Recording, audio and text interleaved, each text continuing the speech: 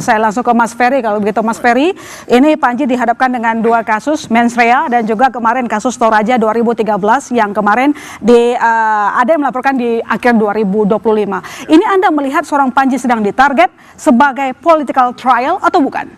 Ya, di satu sisi kita bisa melihat dugaan seperti itu ya, terutama kalau kita melihat pasal yang dikenakan, pasal 300 KUHP yang baru.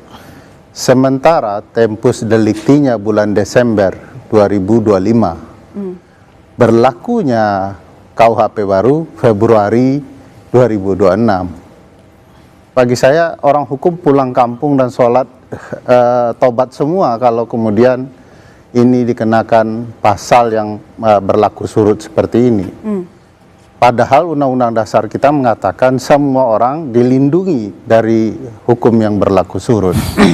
Jadi ada kesan mencoba memaksakan ya, tiba-tiba kasus lamanya naik lagi. Saya duga sebentar lagi juga kasus kucing yang dulu juga berkaitan dengan Panji juga akan naik ya. Dan mungkin kasus-kasus lain ketika Panji masih sekolah TK mungkin ya, supaya ini sempurna untuk menjelaskan Panji memang penjahat di Republik ini ketika akal sehat tidak lagi berpihak. Jadi ada dugaan itu karena berlebihan bagi saya,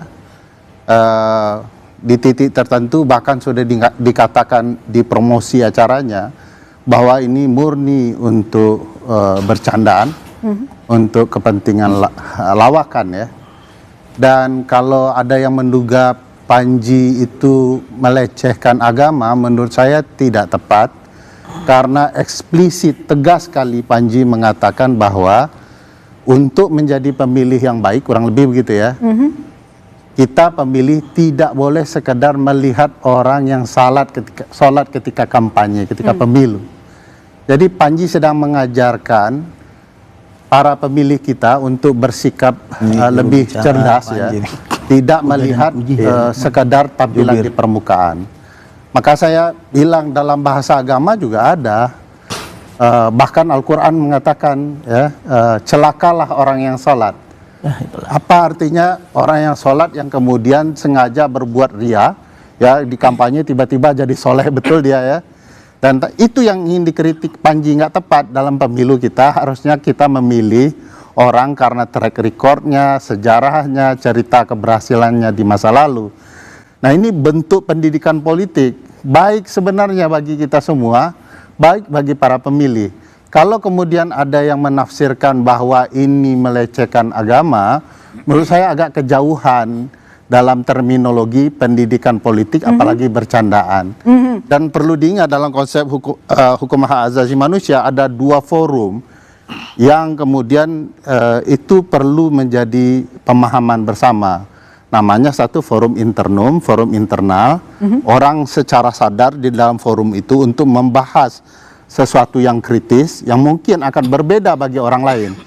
Nah, orang yang masuk ke sana dengan penuh kesadaran tuh bahwa ini adalah bahan ketawaan. Maka mereka semua tertawa, bahagia gitu ya. Seperti apa yang diharapkan oleh Pak Prabowo ya, bahwa warga Indonesia itu adalah warga yang bahagia. Ternyata nggak bisa bahagia ketika tertawa, bisa dipidanakan begitu.